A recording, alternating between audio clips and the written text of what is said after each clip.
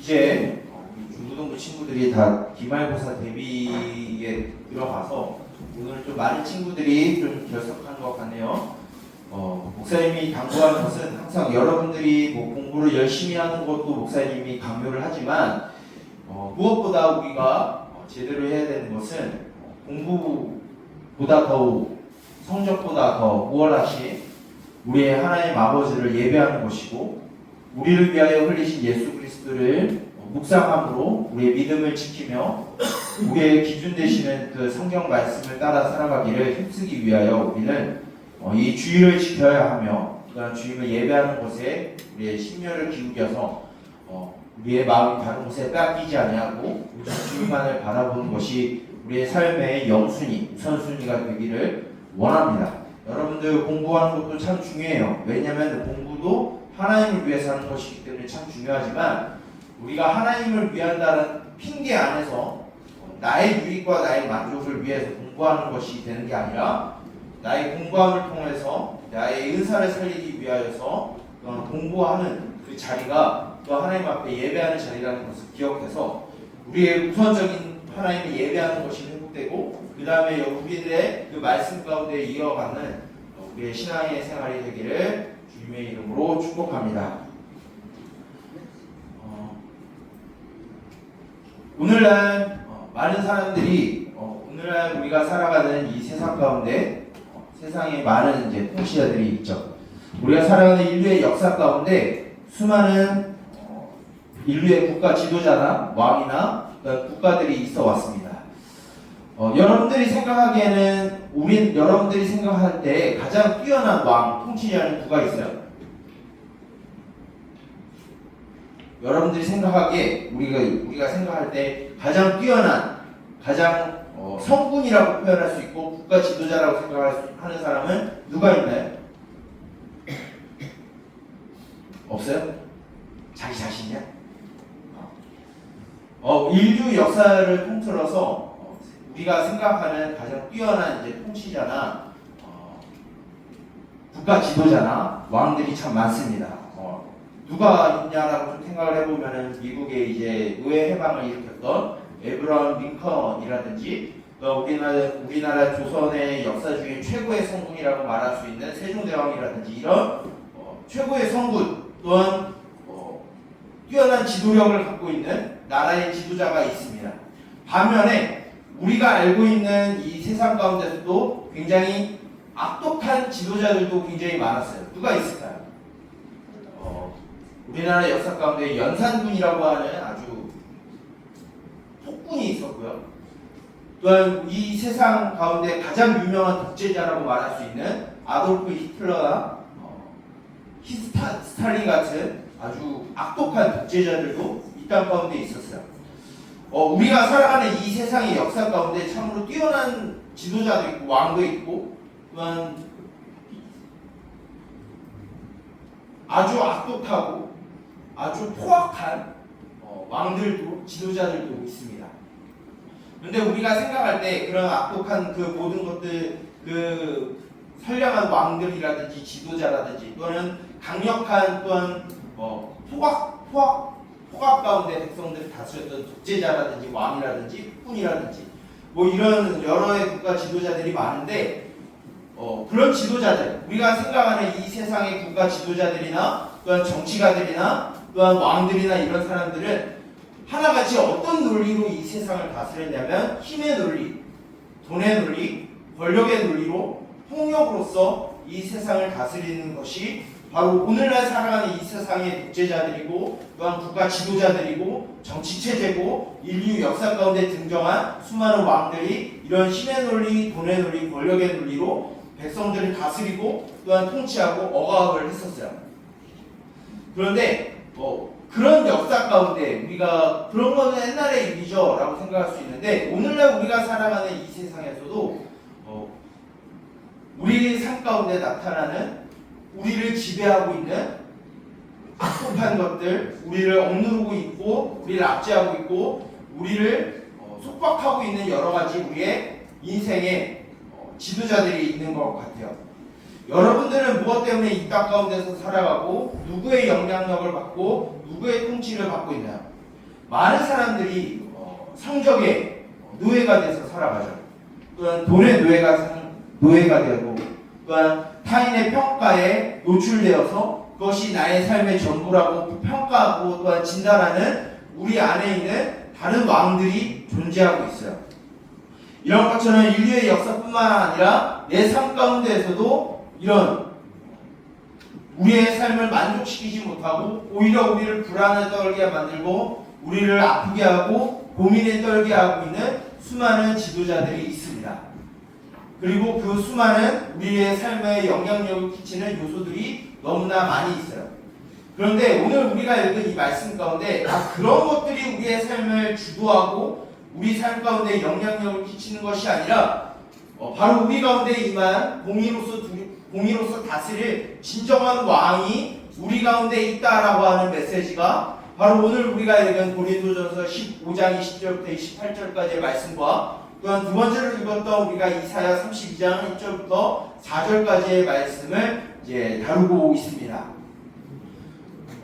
우리가 먼저 이 고린도전서의 말씀을 우리가 좀 살펴보기 원하는데 이 고린도전서 15장 20절부터 28절까지의 말씀을 목사님 준비하다가 어떤 생각이 들었냐면 너무 익숙한 본문이더라고요.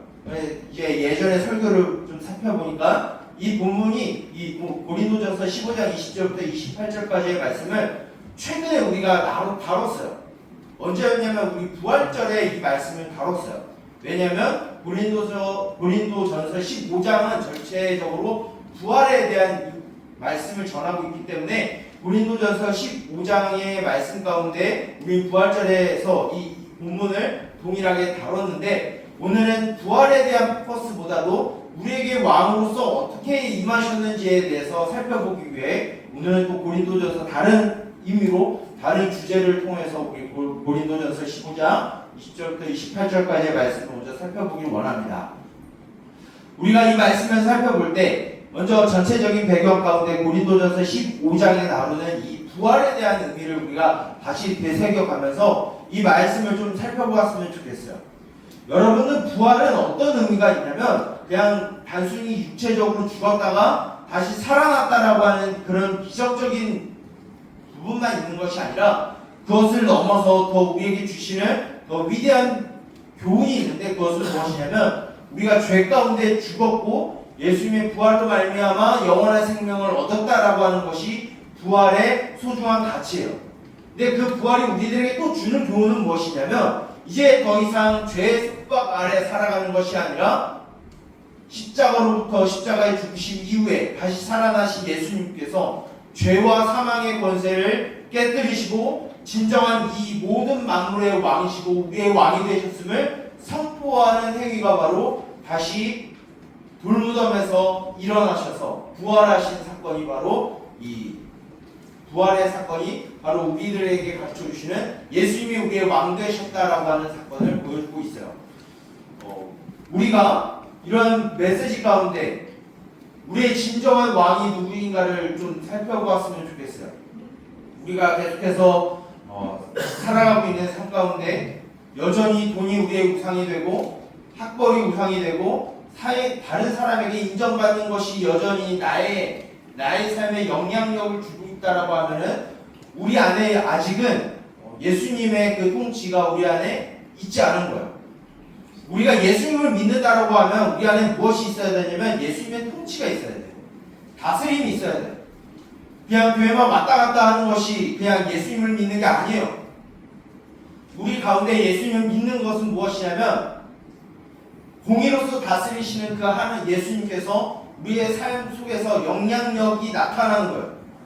그 영향력이 무엇이냐면 바로 그 근거가 되는 게 바로 이사야 32장 1절부터 4절까지의 말씀이에요. 우리가 이사야 32장 1절부터 4절까지의 말씀을 보게 되면 이렇게 시작하고 있어요. 한 정의로 다스리는 한 왕이 우리에게 올 것이다라고 말하고 있어요.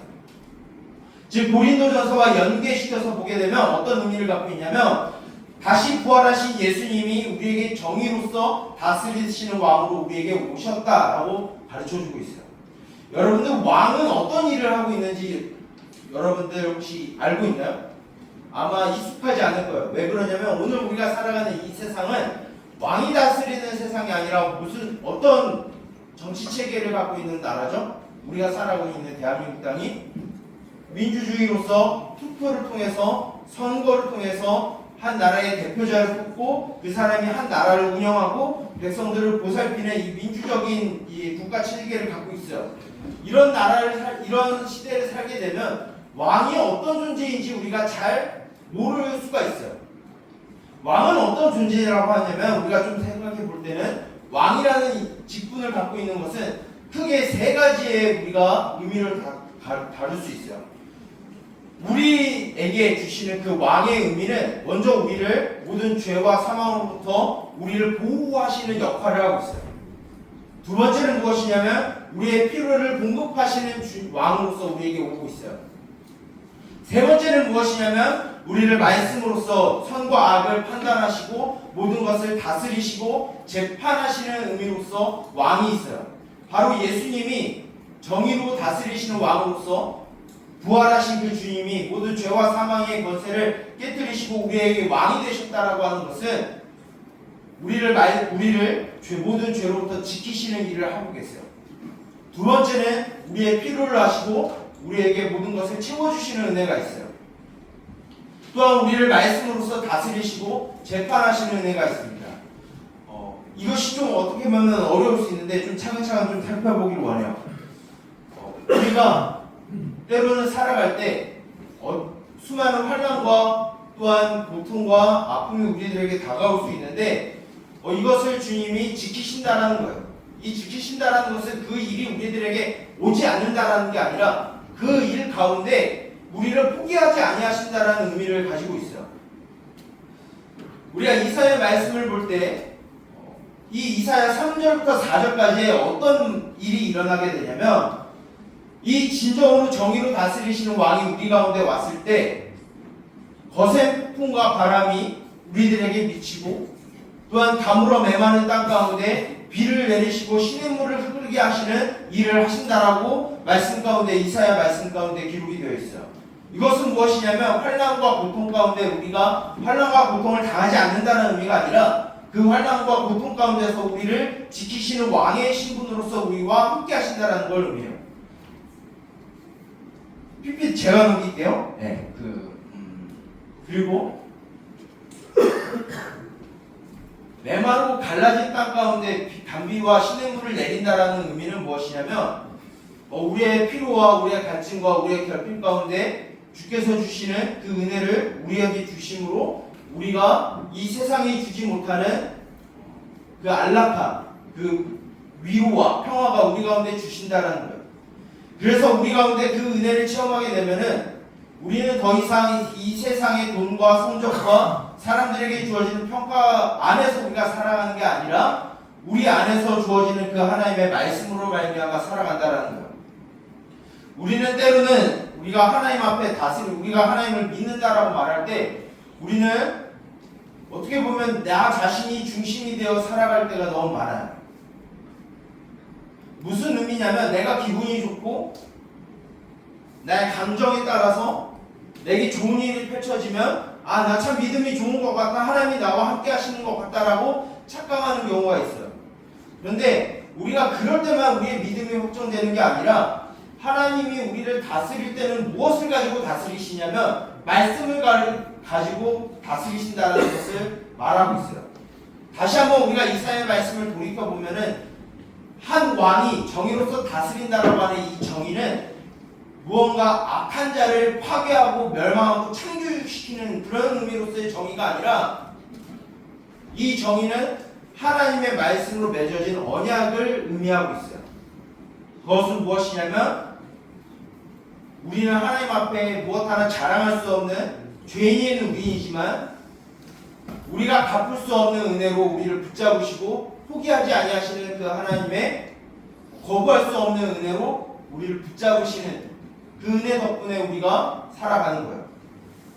그 가운데는 그 중간에 가장 기준은 무엇이냐면 하나님이 우리에게 주신 말씀이에요. 우리가 기분이 좋고 우리가 감정적으로 올라올 때 뭔가 화려한 찬양을 듣고 뜨거운 기도를 하고 뭔가 신비로운 방언하면 내가 참 믿음 좋은 것처럼 우리가 우쭐대는데 그게 아니에요. 우리의 믿음은 우리의 행위에 있는 게 아니에요. 우리의 감정에 있는 게 아니에요. 믿음은 내가 주도권을 갖고 있는 게 아니라 우리를 다스리시는 하나님의 말씀이 우리를 말씀 가운데 살아갈 때 우리는 그 믿음의 주도권이 나에게 있는 게 하나님께 있는 거예요. 믿음의 주도권을 누구에게 있느냐? 이것을 우리가 생각해 보게 되면 많은 사람들이 이러한 나의 감정에 빠질 때가 너무 많아요. 목사님도 청소년 때, 여러분들 날 때 그런 게 너무 많았어요. 화려한 찬양을 듣고 뭔가 화려한 조명 가운데 예배를 드리고 막 신비한 언어들을 하게 되면 난 참 믿음이 좋은 것 같다. 내 일이 막 술술술 풀리면 하나님이 나와 함께하는 것 같다라고 하는 이 감정에 들끓어서 그것이 나의 진정한 믿음이냐 살아가는 적이 너무 많아요. 물론 하나님은 우리의 감정을 통해서 우리의 믿음을 드러내게 하게 하시기도 하고 또한 표현하게 하세요. 근데 그게 전부가 아니에요. 하나님이 우리를 다스린다라고 하는 것은 우리의 믿음의 주도권이 나의 감정에 있는 게 아니라 하나님의 말씀에 있다라는 것을 가르쳐 주는 거예요. 정의로 다스리시는 하나님, 공의로 우리를 다스리시는 예수님은 우리에게 말씀으로써 우리를 다스리시는 거예요. 여러분들이 진짜 믿음의 삶을 살아가기 위해서는 물론 기도도 필요하고 여러 가지 요소들이 다 필요합니다. 그런데 제일 중요한 건 뭐냐면 여러분들 말씀의 다스림 가운데 살아가는 거예요. 나의 감정에 이끌려서 하는 게 아니라 하나님의 우리를 포기하지 아니하신다라고 하는 그 하나님의 언약의 말씀을 우리가 깊이 묵상하며 그 말씀과 함께 살아갈 때 우리는 우리의 믿음을 하나님께서 지키시는 거예요.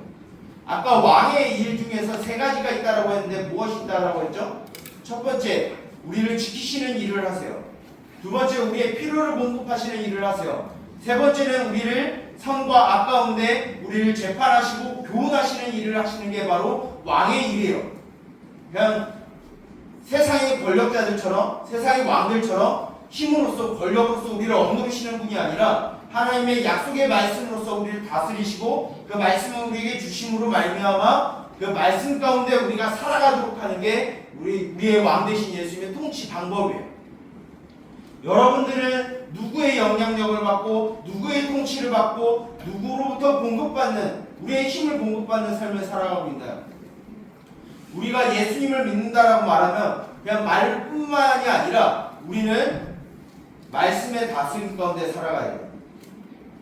여러분들 한번 우리가 좀 이전에 살펴보았었던 예수님의 세 개의 직분에 대해서 살펴보았으면 좋겠어요. 지지난주에 우리는 선지자 되신 예수님을 통해서 예수님의 생애 가운데 하나님의 나라를 선포하셨고 하나님의 나라를 자신의 생애를 통하여서 보여주셨어요. 병든 자를 낫게 하셨고 귀신 들린 자를 누이게 하심으로 이 땅 가운데 하나님의 나라가 임하였음을 선포하는 선지자 가운데 우리에게 오셨어요. 두 번째는 우리에게 제사장으로서 자신의 몸을 들여서 우리의 자신의 피를 흘리심으로써 우리의 죄를 도말하시는 우리의 죄를 깨끗게 씻겨주시는 대제사장으로 우리 가운데 오셨음을 우린 지난주에 들었어요.